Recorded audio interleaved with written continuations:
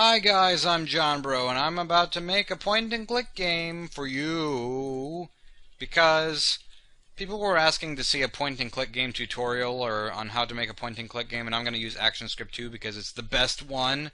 Or technically AS3 is better, but I prefer AS2 because I don't know how to use the other one. So, yeah, this will be a semi-tutorial on how to make a point-and-click game, or at least how I make a point-and-click game. Maybe not necessarily the right way to do it, but it's probably how most people do it. And this is going to be on a Riddle Transfer 2, or no, Riddle School 2, sorry, Riddle School 2 level. It's not going to be anything more complicated than that, because I don't want to make anything too complicated, and frankly, Riddle School 2 level is all you need. So what I'm going to do here is make a game with 2 rooms, and it's going to have an item to collect. It'll be a key. I'm going to have 1 item slot where the key goes, and I'm going to have 1 door where the key goes after going into the item slot. I'm tired. That's what we're doing. We're doing that. So, yeah, where to begin? I'm just going to try to make this really fast because making point-and-click games takes a long time, so I'm just going to make this really quick and basic and hopefully not explain too much in too little time or whatever, because frankly making tutorials is not fun, and I've recorded this like 18 times. But I will do the best that I can at explaining things, even though I suck at explaining things, as we all know. And this is a room. This is the frickin' awesome room that I shall call it the banana room. This room has a banana in it. Just kidding, that's just the design on the wall. And on this wall there's going to be a fake window. This is a fake window. It's not real, because if it was real then you might think that you could break it, but you can't, because it's fake. Yeah, and we're going to have I mean, you don't really need a main character visible on the screen, because most point-and-click games are first-person games, but I'm going to add a character here with a whole bunch of legs and 3 arms, just because I can. And it will hopefully add some personality to this otherwise extremely dull tutorial. He's going to have really weird colors, and he's going to have an eye, and he's going to have an eye, and he's going to have an eye, and he's going to have a mouth, and a tongue here, and a tongue here, and a tongue here, and a tongue here, and a tongue here, and scribbles. And this guy will be named Lowaiji Magawegil. That's his name. Mowaiji Wagagilmilgwel. That's his name. Okay. So we have all this stupid stuff out of the way, and now let's actually get on to stuff that's more important, like actually how to code things. So this is a key. You see this? This is a key, and we're going to turn it into a movie clip. It's going to behave like a button, but we're going to turn it into a movie clip for the purposes of this tutorial, because these two things behave different ways, and movie clips do everything that I wanted them to do, so let's go, key! There's a key. And you might also notice this is the main timeline. It has the 3 layers that I have. This is like a background layer. I know background has 2 ways, or it doesn't, but it does now, because I made up a new word. This is the character, and this is the key. So here's the key. There's the key. And this is the main timeline, but whenever we double-click on the key movie clip, then there's only 1 layer, and there's 1 frame, because the key has its own timeline. Every movie clip that you make has its own timeline. So now we're going to make another layer that has actions on it, and it's going to say stop. Why does it say stop? Because we're going to add a 2nd frame here, and the 2nd frame is blank. So if we don't have the stop there, let's just temporarily delete the stop layer completely, then the key will just flash in place because it'll go between these 2 frames over and over and over again. So if we have the stop there, then it just stops in the 1st frame. That makes sense, doesn't it? It sure does to me. So now we're going to add code to the key on the main timeline, and it's going to say, well, not on the main timeline. The key is going to go, or the code is going to go into the key movie clip. So on release, this is how you make a button.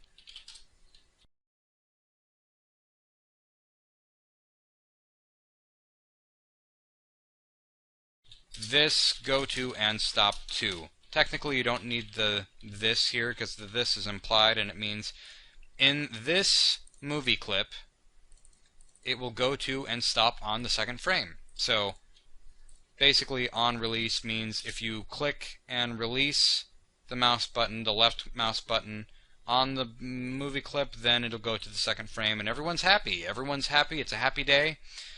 And But the thing is, you can't click anywhere close to the key and have it still work, which I think is really annoying in a lot of games where it does that and it requires you to click exactly on the line. So I'm going to fix that too. We're going to take this and make another layer, and we're going to have a weird blob behind the key. It's just going to be a blob, blah blah blah blah blah blah blah. It's just a key, by the way. It's not a monkey or a donkey or a key to the city. It's just going to be a key to a door. But yeah, what I just did here, we have this color, and I just changed the color to alpha level 32, and you can see that it's a lot more transparent now. It is 68% transparent to be exact, because there's 32% left over. And if we make it completely invisible, that's alpha level 0, then it is a perfectly good invisible blob, which I'm going to show you that this is the outline of the blob. This works because now that we have an invisible blob behind the key, whenever we click on that blob, then, you know, you don't need any real accuracy. You can just click the key, whatever. Yeah, there we go. It's an easy to click on key. And the world was saved. So that just makes things a lot more convenient, because if you have to click exactly on the key every time you play a point-and-click game, that's just really annoying, and every little annoyance in your game makes it more and more crap. So you want to make sure that your game is not total crap. And now we're going to add an inventory, except it's not really going to be an inventory, it's just going to be a box. And this box is going to be up here in the corner. I'm just going to make a box here, and the box is going to say...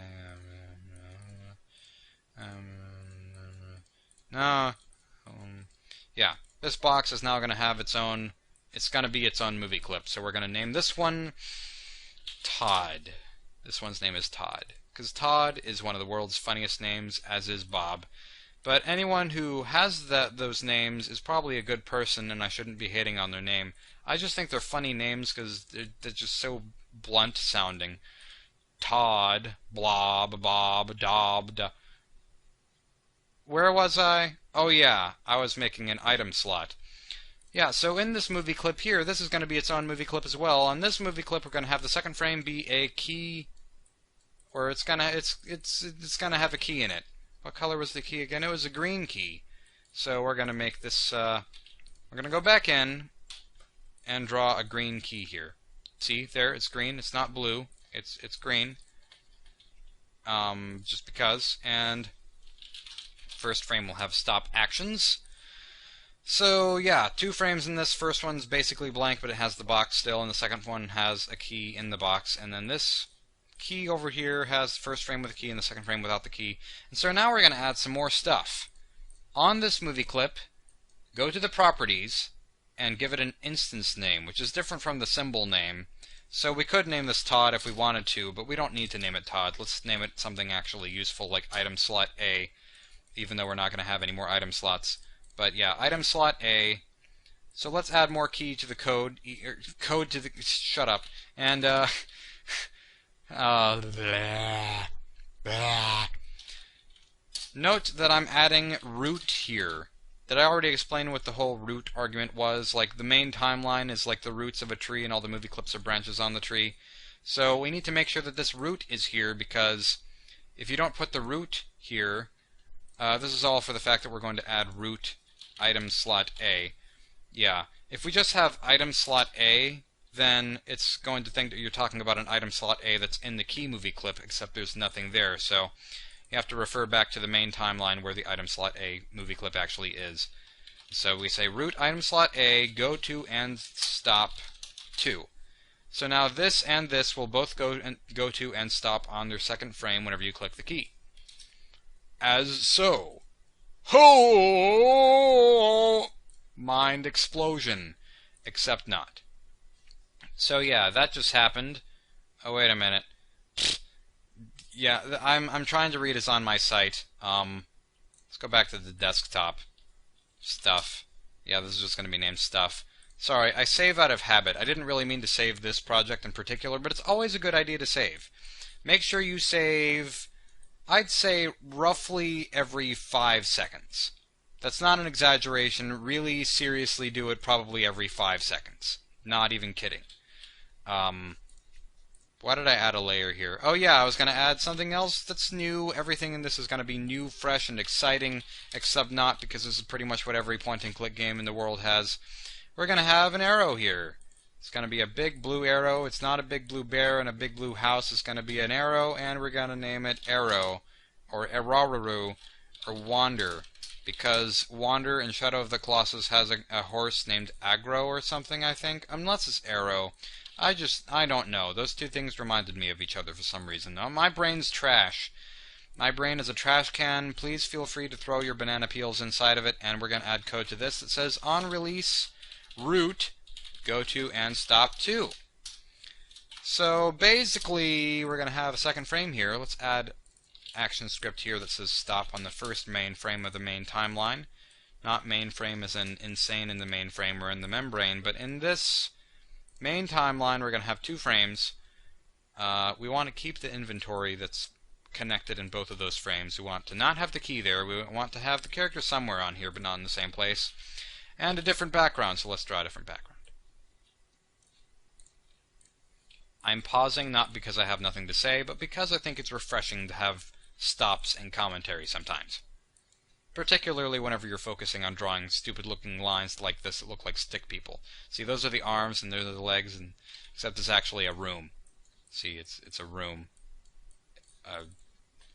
Yeah, it looks stupid, but in any case, I'm going to copy this arrow button and move it over to this screen because now we have one on both screens, but this one needs to behave a little bit differently and it needs to go to frame 1 instead. So what we do here is we have an arrow that goes to the second frame, second room, an arrow that goes to the first frame, first room. Hooray! I'm going to move the character over here, yeah, just to make things a little bit easier for later. But the thing is, this makes a problem arise. What kind of problem could this possibly be, you ask? Well, if we click on the key, it goes to our item box, and it's still in our item box over here, but whenever we go back, the key returns. So we don't want the key to return. So we need to add more code here that says onClipEvent load. See, onClipEvent is the kind of code that you add to a movie clip. So we're making another sandwich, basically. This is the bread of this sandwich over here. This is its own sandwich, and we're going to add another sandwich with entirely different code. And this will say onClipEvent load, meaning as soon as this loads onto the frame, then this will happen. What do I want to happen? Oh yeah, onClipEvent load if root item slot A current frame. Oh, I'm introducing all sorts of new stuff right now. If root item slot A is on frame 2 at the time that this loads, then this should go immediately to its second frame. Was that confusing? Let me try to explain a little bit better. Basically now, as soon as this loads onto the screen, then it will disappear as long as there is a key in this box. Otherwise, it will stay there. So, yeah, it's staying there, but now that this is on the second frame, we go back, and whenever it loaded, it switched to frame 2 because now it's gone.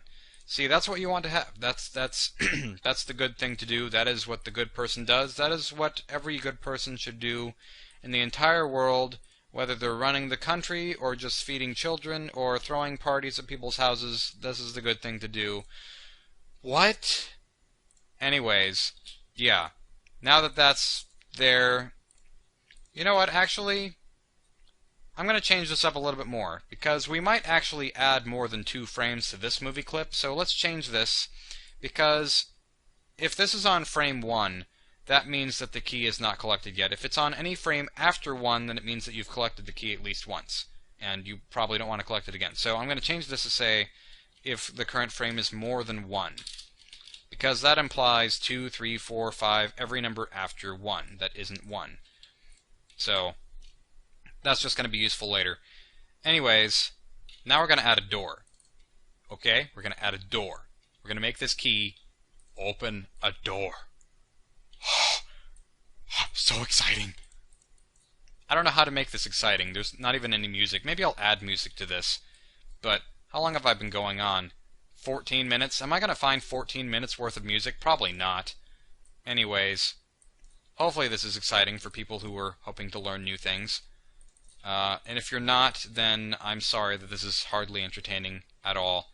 But yeah, we have a door here. There is a door here. I was quoting Monsters, Inc. just now, in case anyone was wondering why I said that. it wasn't completely useless. Drock. I meant to say dork, because this is a door and it's a dork. First frame is going to be, it's going to have the door, and then the second frame is going to have a door that's open. Yeah, I'm just going to draw and open the door here. Obviously, all of this art is total crap because I'm trying to make this really quick.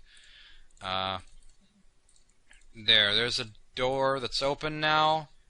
I'm going to make it a little bit more obvious that it's open by making this a little bit darker. No, not that dark. There we go. Whatever. Yeah, and make the first frame stop again. Good, we have a door. And now, I don't know what exactly you want to do, how you want to do this, but basically, we have the key here, and we have a door here.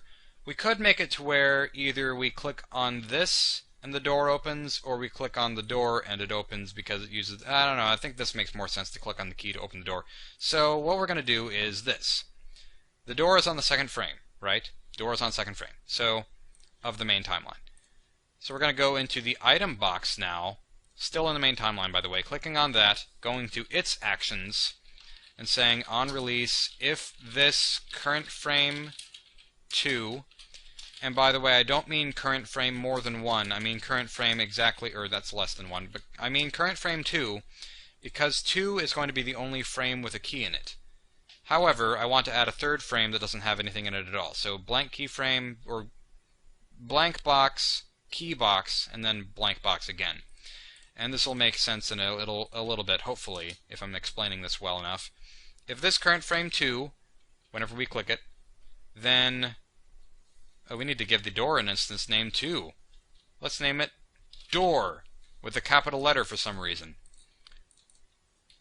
Root door go to and stop 2.